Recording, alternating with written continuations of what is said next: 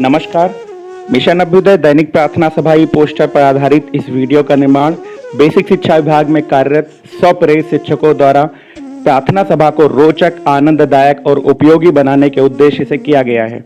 इसे अधिक से अधिक शेयर करें और इसका लिंक अपने छात्रों और अभिभावकों तक अवश्य पहुंचाएं। धन्यवाद। मैं प्रेम वर्मा, मिशन अभ्युदय।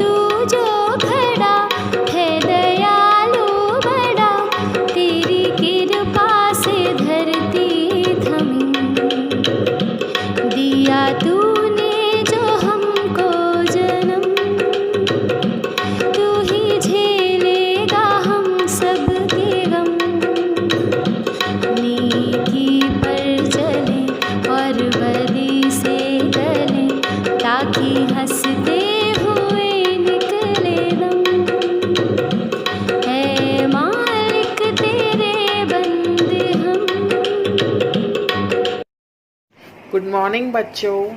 आज मिशन अभ्युदय दिनांक 8 जुलाई 2020 की प्रार्थना सभा में आप सभी का स्वागत है। Today's word is amount. AMOUNT। Amount. Amount का अर्थ होता है राशि या मात्रा। वो राशि कम भी हो सकती है और ज़्यादा भी। जैसे कि अगर हम 1 रुपये की बात करें तो आज की दुनिया में 1 रुपये की मात्रा बहुत कम है, लेकिन यही 1 रुपये मिलकर जब 100 रुपये हो जाते हैं तो वो बड़ा अमाउंट हो जाता है। Thank you. गुड मॉर्निंग बच्चों। मिशन अभ्युदय में आप सभी के लिए आज का विचार प्रस्तुत है।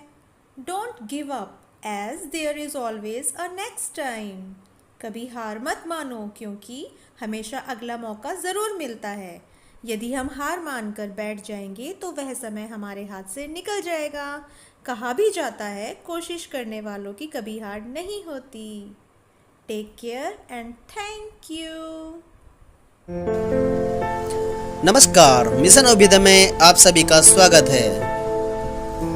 मैं शालू कुमार, प्रधानाध्यापक प्राथमिक विद्यालय कुरमाली नंबर 1, विकास क्षेत्र शामली, जनपद शामली। आज मैं आप सभी के सामने आज की पहेली लेकर उपस्थित हुआ हूँ। आज की पहेली है, जल से भरा एक लकड़ी का मटका, जो है सबसे ऊंचा लटका, पानी है इसका मीठा, जरा नहीं है खट्टा। सोचिए सोचिए, इस चित्र को देखकर सोचिए। इस चित्र को देखकर समझें और बताएं। बिल्कुल सही, आपने सही पहचाना, यह है नारियल। धन्यवाद। 7 जुलाई की इस प्रार्थना सभा में मैं मनीषा गर्ग, उच्च प्राथमिक विद्यालय नारंगपुर, परीक्षित घर मेरठ से आप सभी का हार्दिक अभिनंदन करती हूँ। दामोदर पश्चिम बंगाल तथा झारखंड में बहने वाली एक नदी है। 7 जुलाई सन 1948 में आज ही के दिन भारत में दामोदर घाटी निगम की स्थापना हुई थी। मंगल ग्रह पर जीवन की तलाश में हर रोज कुछ न कुछ नया किया जा रहा है। इसी श्रृंखला में 7 जुलाई सन 2003 में नासा के अपॉर्चुनिटी अंतरिक्ष यान ने मंगल ग्रह के लिए उड़ान भरी थी। 7 जुलाई की इस प्रार्थना सभा में आज के विशेष के साथ मैं मनीषा गर्ग उच्च प्राथमिक विद्यालय नारंगपुर परीक्षितगढ़ मेरठ से आप सभी का हार्दिक अभिनंदन करती हूँ। आज का विशेष है दामोदर घाटी परियोजना। दामोदर नदी पश्चिम बंगाल तथा झारखंड में बहने वाली एक नदी है। दामोदर घाटी परियोजना भारत की एक प्रमुख नदी घाटी परियोजना है। यह स्वतंत्र भारत की पहली बहुउद्देशीय परियोजना के रूप में अस्तित्व में आई। इसका उद्देश्य दामोदर नदी पर बाढ़ का नियंत्रण, सिंचाई तथा वनीकरण, निवासियों का सामाजिक आर्थिक कल्याण एवं औद्योगिक और घरेलू उपयोग हेतु जलापूर्ति सुनिश्चित करना है। दामोदर घाटी परियोजना कोयला, जल तथा तरल ईंधन तीनों स्रोतों से विद्युत उत्पादन करने वाला भारत सरकार का प्रथम संगठन है। झारखंड में दामोदर को देवनद के नाम से जाना जाता है। दामोदर नदी अपनी बाढ़ों के लिए कुख्यात थी, इसलिए इस नदी को बंगाल का दुख भी कहा जाता था। अमेरिका की टेनेसी घाटी परियोजना की तर्ज पर यहाँ दामोदर घाटी परियोजना की संरचना भारत के पहले प्रधानमंत्री पंडित जवाहरलाल नेहरू के कार्यकाल में की गई थी। इससे बाढ़ों का आना रुका तथा नई नई सिंचाई परियोजना तथा पन बिजली उत्पादन केंद्र भी स्थापित हुए। 7 जुलाई 1948 को अस्तित्व में आई इस परियोजना के उद्देश्य थे बाढ़ नियंत्रण व सिंचाई, विद्युत का उत्पादन, पारेषण और वितरण, पर्यावरण संरक्षण, औद्योगिक और घरेलू उपयोग हेतु जलापूर्ति आदि। Good morning. मिशन अभ्युदय की प्रार्थना सभा में आपका स्वागत है। बच्चों, मैं दीपाली सक्सेना पीएस कलापुर बरेली से क्विज ऑफ द डे आपके सामने प्रस्तुत कर रही हूँ। आज का टॉपिक है अल्फ़ाबेट क्विज। बच्चों, आज का टॉपिक है अल्फ़ाबेट क्विज। तो बताइए, एल अल्फ़ाबेट से अगर हम 8 स्थान आगे बढ़ेंगे तो कौन सा अल्फ़ाबेट आता है? बताइए। जैसे एल से अगर आगे बढ़ेंगे एल, एम, एन, ऐसे आप बताइए। 8 स्थान अगर हम आगे बढ़ेंगे तो कौन सा अल्फ़ाबेट आएगा? सोचो सोचो, बताओ। मैम, एल से आगे L, M, N, O, P, Q, R, S, T तो आएगा टी। वेरी गुड बेटा। अब बताइए, एम से पीछे अगर हम 10 स्थान पीछे जाएंगे तब फिर कौन सा अल्फ़ाबेट आता है? पीछे की तरफ जाना है, जल्दी से सोच के बताओ। मैडम, एम से 10 स्थान पीछे जाने पे अल्फ़ाबेट आएगा सी। Very good. अच्छा, अब ये बताओ कि इंग्लिश अल्फ़ाबेट में आर किस क्रम संख्या पे आता है? जैसे ए 1 पर आता है, बी 2 पर आता है, इसी तरह आर, इसकी क्रम संख्या क्या है? इंग्लिश अल्फ़ाबेट में आर 18वें स्थान पर आता है। वेरी गुड बच्चों।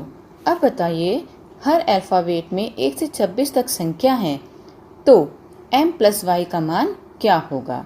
जैसे a का क्रमांक है 1, b का क्रमांक है 2, ऐसी m का भी एक क्रमांक है और y का भी, तो उन दोनों क्रमांक का जोड़ क्या होगा? जल्दी से कॉपी पेन निकालो और बताओ। क्रमांक। मैम, m का क्रमांक है 13 और y का क्रमांक है 25। मैम, तो y + m का आंसर आया 38। Good morning everyone. Mission Abhyuday में आप सभी का स्वागत है। मैं रीना रानी बागपत से आज फिर नई कहानी के साथ में प्रस्तुत हुई हूँ। आज की कहानी है हमारी प्यारी तितलियों की।